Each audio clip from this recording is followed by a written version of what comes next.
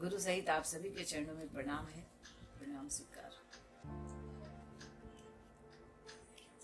आप सभी को ये बात बता दें कि 17 जून अभी गया है और दीदी की पुण्यतिथि थी उस दिन। सभी ने दीदी का पुण्यतिथि बहुत ही अच्छे से बड़े बड़े मंच लगाकर हर साल करते थे। सबको बड़ा दुख भी हुआ कि इस बार हम नहीं कर पा रहे हैं, पता नहीं क्यों, पर मेरे दिल में कोई दुख नहीं हुआ, क्योंकि मैं जैसे हर साल करती थी वैसे हर साल अपनी दीदी का श्रृंगार किया और उनका श्रृंगार अपने आप में श्रृंगार कर लिया, क्योंकि उनको लगाया हुआ, उनको चढ़ाया हुआ हर चीज मेरे लिए श्रृंगार के बराबर है। उसके बाद मैंने अपने गुरु की बात करने का सोचा। ऑनलाइन में अपने गुरु की बात भी की पुण्यतिथि के दिन। सचमुच में उस दिन तो लगा कि दीदी सच में हम लोग के बीच है, हम लोग के साथ है, क्योंकि उस दिन घोषणा ऑनलाइन पे हुई 5 घोषणा। ये मेरे लिए बहुत ही गर्व की बात है कि महादेव ने इतना बड़ा काम करवाया और करवा रहे हैं। और सचमुच में दीदी का आशीर्वाद है कि दीदी के बारे में बोला गया। दीदी का किसी ने जिज्ञासा रखी थी कि दीदी की पुण्यतिथि आप लोग क्यों मनाते हैं। दीदी की पुण्यतिथि मनाने का सबसे बड़ा बात है कि दीदी ऐसा कुछ करके गई है इस धरती पर, जिसके चलते आज दीदी का पुण्यतिथि हम लोग मना रहे हैं और दीदी को श्रद्धांजलि दे रहे हैं। क्योंकि आज जीवन में आज ऐसा कोई आदमी नहीं मिलेगा आपको जिसके घर आप जाइएगा तो वो आपसे पूछेगा कि आपके पास भाड़ा है कि नहीं है। हमारे गुरु भाई जाते थे, गुरु बहन जाती थी दीदी के घर पटना में, तो दीदी पूछती थी अलग से हट के कि भाड़ा है ना बाबू आपके पास, भाड़ा है, भाड़ा देती थी। भूखा जाता था तो खाना रात के 12-1 बजे बनाकर खिलाती थी। ये तड़प, ये दिल, ये संवेदना, ये दर्द किसके अंदर आ सकता है। जरूर कोई अंदर से कोई ऊर्जा होगी, कोई ताकत होगी जो समझ रहा होगा कि ये काम क्या है। मतलब उनको ये समझ आ रहा था कि ये मेरे शिव के लोग हैं, इसको आज हम देखेंगे तो शायद ये मेरे गुरु का काम कल करेगा। ये बात उनके मन में कहीं न कहीं घर कर गई थी। इसीलिए एक ही गुरु भाई गुरु बहन का दर्द अपना दर्द, एक ही गुरु भाई गुरु बहन का कष्ट अपना कष्ट समझती थी।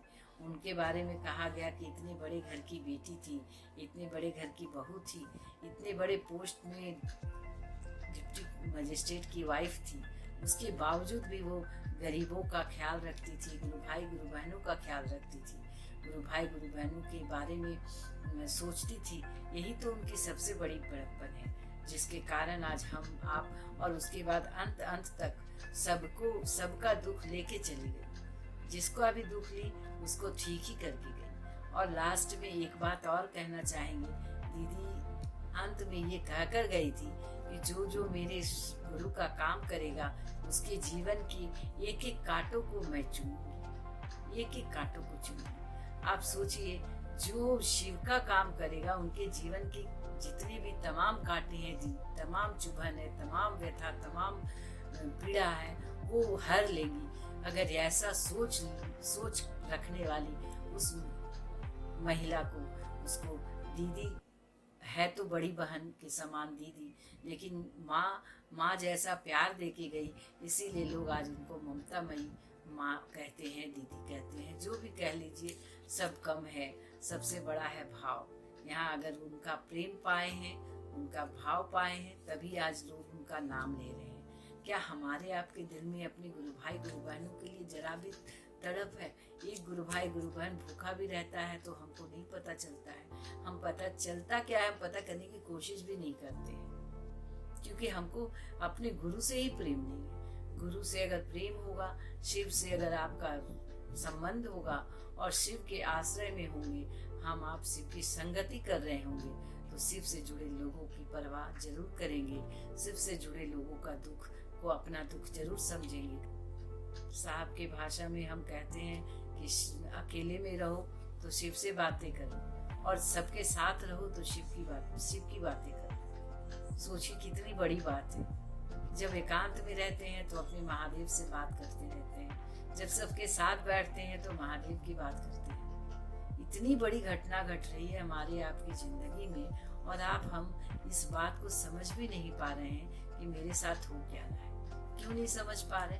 क्योंकि फील नहीं कर रहे, एहसास नहीं कर रहे। वो एहसास कैसे होगा? एहसास तो होता है, आप अपने बेटे के लिए एहसास कर लेते हैं, वो खाना खाया कि नहीं खाया उसकी चिंता कर लेते हैं, वो दुख में है कि सुख में उसकी परवाह करते हैं, क्योंकि उसको अपना समझते हैं। जिस दिन मेरे महादेव आपको अपने लगने लगेंगे उस दिन आप उनकी भी परवाह करने लगेंगे, आपको भी सब कुछ समझ में आने लगेगा और सब सब सब में शिव दिखने लगेगा। और सब में शिव है, ऐसे ही थोड़ी कहा गया जतो जीव ततो शिव। ये बोलते हैं पर हम आप समझते नहीं है। जिस दिन हम हमारे आपके समझ में आने लगेंगे उस दिन हर जीव से जीव में शिव दिखेगा और हर जीव से प्रेम होगा, हर जीव का दुख मेरा दुख होगा।